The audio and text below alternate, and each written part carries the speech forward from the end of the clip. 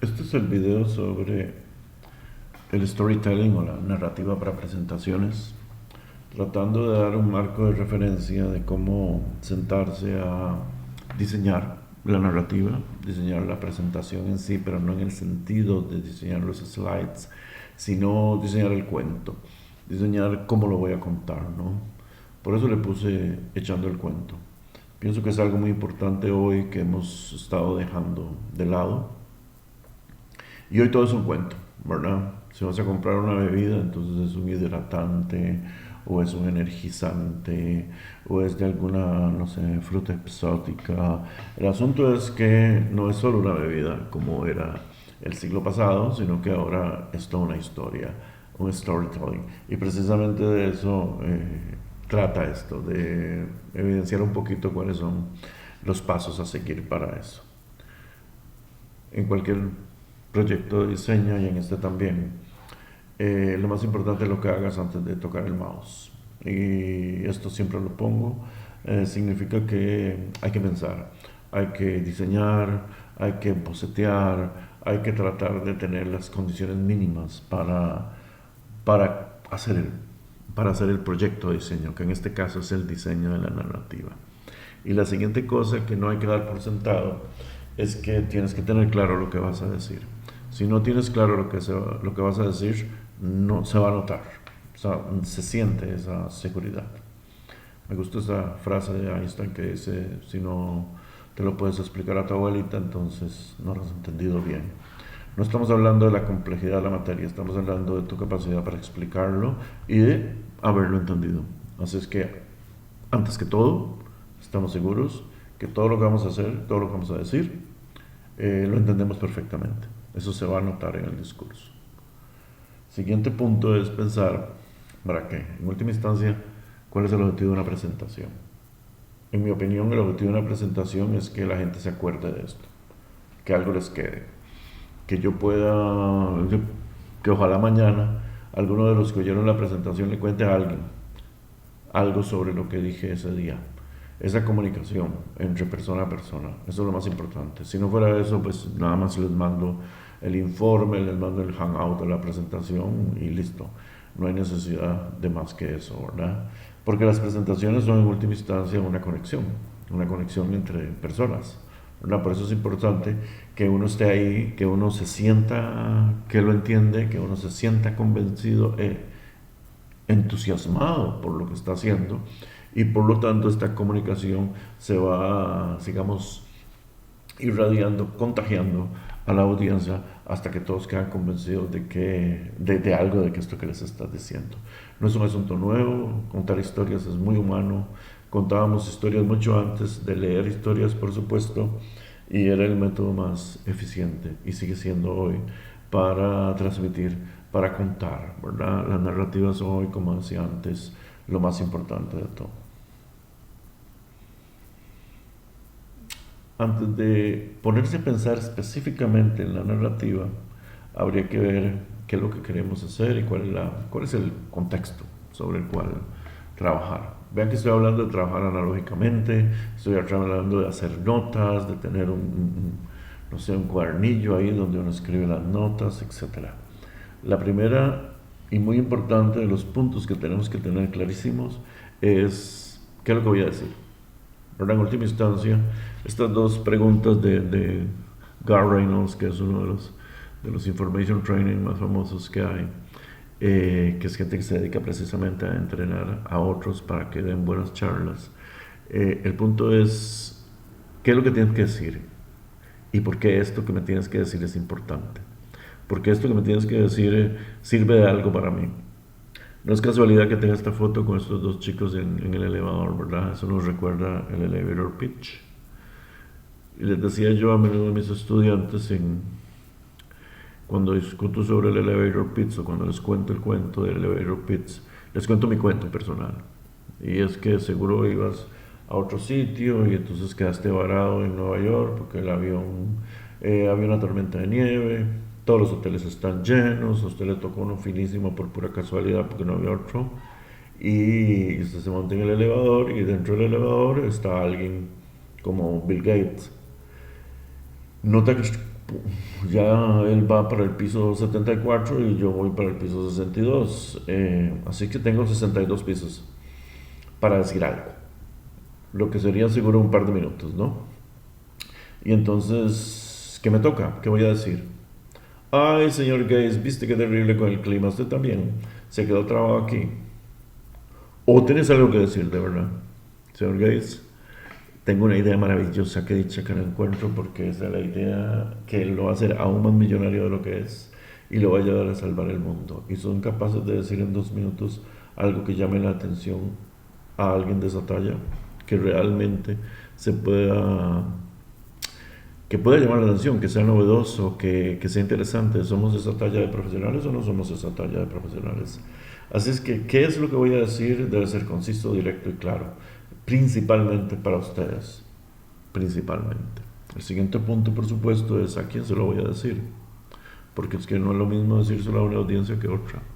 Y sin saber a quién se lo voy a decir, decía Elizabeth Clare, que es otra gurú de estos campos, contar una historia sin conocer la audiencia es como cazar en la oscuridad, esperando dar en el blanco. Obviamente no es lo mismo, tienen que conocer muy bien la audiencia, tienen que saber si esa audiencia tiene, por ejemplo, estudios universitarios o no, tienen que saber si tengo que adaptarme, tienen que saber si esa audiencia tiene intereses que son más bien intereses económicos o son más bien intereses políticos, son intereses académicos, son cosas distintas. Y exactamente el mismo proyecto y la misma presentación debe cambiar en cada uno de los escenarios. Esto es importante que lo tengan clarísimo. No venimos aquí a lucirnos y a hacernos que sabemos muchas cosas que nadie sabe, venimos aquí a comunicar el concepto que venimos a comunicar. Y esto es especialmente importante si el que está al frente es el jefe o el cliente, ¿verdad? Finalmente, el otro punto es el cómo. Y este cómo tiene que ver con un camino, con un path, con una guía. ¿Cómo voy a llevar a la gente desde los conceptos más básicos hasta lo que yo quiero que lleguen? ¿Cómo voy a hacer inclusive que ellos lleguen a ese concepto por sí mismos? Que no tenga yo que decírselos del todo, sino que ellos se apropien del concepto. Y al final yo nada más les reitero que sí que tienen razón. Esa era la idea. Como último punto de la prenarrativa les diría que todas las parábolas y todas las historias tienen 3 elementos, ¿no? El protagonista, el conflicto y la solución. Preparé esta imagen que por cierto hay para hablarles este ejemplo con respecto a la parábola de la caverna de Platón, que es que se imagina Sócrates y escribe Platón en su libro que, que hay una gente que vive en una cueva. Esta gente que vive en esta cueva mira una pared en donde cae una proyección de sombras que viene del exterior. Ellos han vivido ahí toda su vida y, y creen que en el exterior entonces hay unas cosas ahí que se parecen a esas sombras que son bidimensionales y que se sobreponen unas con otras, etcétera. Nunca han ido afuera porque no han podido salir de ahí nunca hasta que alguien lo logra. Este que lo logra ir afuera y ver las cosas como son. Se maravilla y cuando regresa a contarle a todos, lo primero que sucede es que está encandilado y entonces tropieza y no ve bien. Y además empieza a contar un montón de cosas que parecen más bien cuentos, como si estuviera loco. Y de ahí viene la historia, ¿no? Este es el protagonista. Finalmente la gente, como piensa que está enfermo, porque además no ve bien, y dice tonterías, como que lo que está afuera son tridimensionales, tienen colores y etcétera, pues lo proscriben como enfermo. Entonces aquí está el discurso, ¿no? La paradoja, el protagonista, el conflicto y la solución, ¿verdad? No sin antes decir que esto posiblemente tiene una analogía, ¿no? Qué sé yo. Lo que quería decir Sócrates es que todos estamos en lo mismo, ¿no? Nosotros solo vemos una visión del universo y obviamente el universo es bastante más profundo que eso. O él mismo cuando está ahí finalmente hasta lo declaran culpable y le dan la pena de muerte, ¿verdad? Solo porque tratar de explicar cosas más elevadas. Estos son los tres énfasis que se tienen que dar. Que esto se hace académicamente, no es que vas a contar un cuento, cualquier cosa que sea un proyecto, por ejemplo, de tecnología. Tienes que tener eso, tienes que tener estos tres elementos. Así es que la narrativa en última instancia es un banco de tres patas. Así como suena, ¿verdad? Por un lado tenemos, vamos a ir con las tres patas una por una aquí con calma. El primero de las tres patas es el gancho. Y el gancho es el problema. Es algo que va a hacer que la gente ponga atención. Es el conflicto.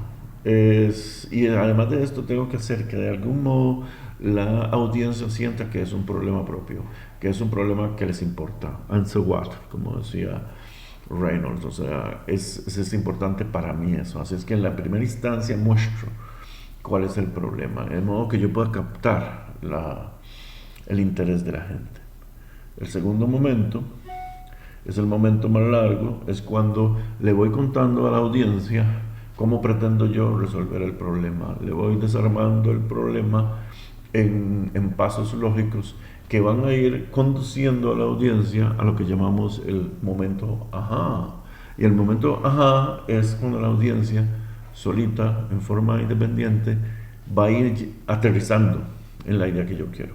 Esto es muy importante porque de este modo se obtienen dos cosas. Una, que la gente entienda mejor la narrativa, la recuerde mejor y la considere propia. Habiendo ellos llegado a la conclusión, ellos consideran que son propios, ¿verdad? Como decía Eric Fromm, en realidad la mayoría de las ideas no las tuvimos ninguno de nosotros, ¿verdad? Son poquísima la gente que tiene ideas originales, todos los demás tenemos ideas que hemos visto, oído, no sé, compartido con otras personas en otro momento. Sin embargo, muchísimos pensamos que la inmensa mayoría de estas ideas son mías. No, en realidad no es así, pero esa sensación de personalidad es donde quieres llevarlos. Así es que haces un camino, haces un path que los va llevando hasta allá y finalmente cuando llegan allá es el último momento, y el último momento es el momento en que les dan la solución. Y este momento en que les dan la solución es un momento en que ellos se maravillan porque la solución es exactamente lo que ellos estaban pensando. Por supuesto que los has llevado allá para eso, para que piensen que es esa la solución, pero usted lo que hace es ratificar que es eso lo que tenían lo que precisamente queríamos decir. Y de ese modo se genera. Si ustedes piensan en cualquiera, les conté la parábola de la caverna de Platón, pero podrían pensar en el cuento de Caperucita Roja y por supuesto, como ven en mis slides, en Star Wars. Es lo mismo. O sea, como ven, una buena historia siempre tiene estas tres cosas, ¿verdad? Es importante que estén estas tres cosas. Ahora hablemos un poquito de algunos otros aspectos de contenido dentro de la narrativa. En primera instancia, les decía que es el recorrido, ¿verdad? Esa es quizá la parte más delicada, diseñar el recorrido. ¿Cómo es que yo voy enseñando la diferente información que tengo que enseñar después de haber presentado el problema, después de haber presentado el conflicto y de haber dejado claro por qué ese conflicto es importante para esta audiencia? Los voy llevando con diferentes hechos, con diferentes situaciones, información, gráfica. Esto va a depender de cuál es el cuento, ¿no? Porque yo podría estar simplemente explicando un proyecto, ¿no?, de ingeniería, o estoy explicando la solución de un problema que tenemos en la empresa, o yo qué sé. Los voy llevando con los diferentes aspectos de evidencia que nos van a llevar a la solución. Este camino debe ser claro, debe ser sencillo para la audiencia. Recuerden ubicarse en con que la audiencia entiende y que no entiende, los términos correctos, en lo que es importante para ellos, y con esto clarísimo en la cabeza es más fácil de solucionar. Tenemos que tener un ritmo. El ritmo es importante. ¿Por qué el ritmo es importante? Porque si no la gente se duerme. No, ustedes tienen que subir y bajar el volumen. Ustedes tienen que actuar un poco como un locutor, ¿no? Como un locutor dentro de Discovery Channel, o como el volumen de una película de tensión, ¿no? Así que es muy importante que no mantengan siempre el mismo volumen, alterar con momentos que son un poco más tensos. Se pueden usar pausas, ¿verdad? Es importante que manejen eso, ¿verdad? Cuando hago una pausa, ustedes ven que voy a cambiar de tema, por ejemplo, o cuando hago un énfasis, también sube el volumen. Esto es importante. Hace esa conexión, hace esa fuerza que nos va a hacer que la gente esté más interesada. Y con eso llegamos al siguiente punto, que es la conexión emocional. Como les decía antes, no llegamos aquí a contarles un cuento plano o ponerles una grabación. Llegamos aquí a tener una conexión emocional con quien estamos hablando. Así es que es mejor mirarlos a los ojos. Como presentador siempre digo, no apaguen las luces, es que necesito ver las caras de la gente, porque necesito saber si me están entendiendo, necesito saber si están de acuerdo o no están de acuerdo, necesito saber si entendieron mi broma o no la entendieron. Es muy importante hacer esta conexión emocional. Ya les dije que la conexión emocional va a depender qué tanto se van a acordar al día siguiente esta gente de lo que les estoy contando. Así es que es muy importante mantener eso. Si es necesario, pues se pueden hacer historias, ejemplos. Los ejemplos siempre son maravillosos para explicar sobre todo cosas complejas. Y esos ejemplos tendrían que estar de algún modo en relación a la realidad de la audiencia, para poder representar digamos, esta conexión que finalmente nos va a dar lo que queremos. Y lo último que tendría que decirles es que siempre tienen que tener un respaldo. A ver qué significa eso, que todo lo que tengo deben de tenerlo respaldado, deben de tener los datos, deben de tener las fuentes, deben de tener los casos. Es muy importante hoy más importante que nunca en este mundo de fake news, que tengan clarísimo, porque si alguien no está esperando o está sorprendido por la conclusión a la que ustedes están llegando, lo primero que va a preguntar es por las fuentes. Así es que te tienen que dar clarísimo cuáles son las fuentes, siempre a portada de mano, de modo que puedan ustedes decir, sí, claro, eso lo tomé de aquel sitio, eso lo tomé de aquel sitio. Si tienen más tiempo, con mucho gusto, maravilloso. Si tienen otros slides donde están esas cosas, después de muchas gracias. Y hablando de eso, pues aquí hay algunas de las fuentes que yo les diría que si alguien tiene más interés en estas cosas, pueda verlo. Como les digo, el storytelling es muy muy importante hoy, y vale la pena hacer un par de ejercicios rápidos para que no hagan ninguna presentación sin haber pensado un poquito antes en estas cosas. Muchas gracias.